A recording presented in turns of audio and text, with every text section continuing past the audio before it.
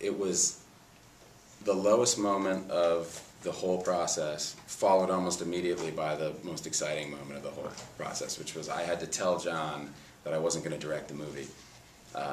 And I just couldn't I mean, one thing about John that I love is, you know, he has similar values, you know, and I was bowing out of the movie because I couldn't leave my kids. I just left them because I'd been shooting in Mexico and they were in school, and I was commuting from Mexico City to New York whenever I could, and I was going to have to turn around and leave them again, and I hadn't planned on that.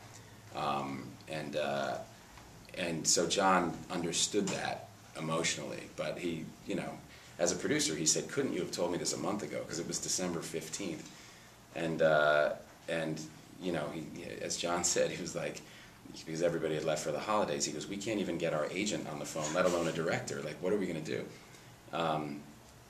But the next morning, I was leaving. I was going on vacation with my kids and my wife, and I emailed Gus. He was obviously the first person that I thought of, and I emailed him what had happened. I just said, I was going to direct this movie, and I wrote the script with JOHN KRASINSKI, and I love it, and it's really good, but I can't do it. And I sent it, and they were telling us to turn our phones off, and I was literally about to turn it off, and I got a response. And he said, "I love your writing, send it."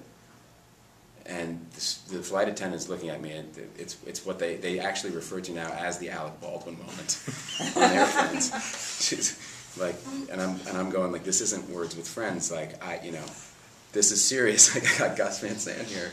So I forwarded it from my BlackBerry, and then shut my phone off. And we flew to Florida. It was like 2.5-hour flight.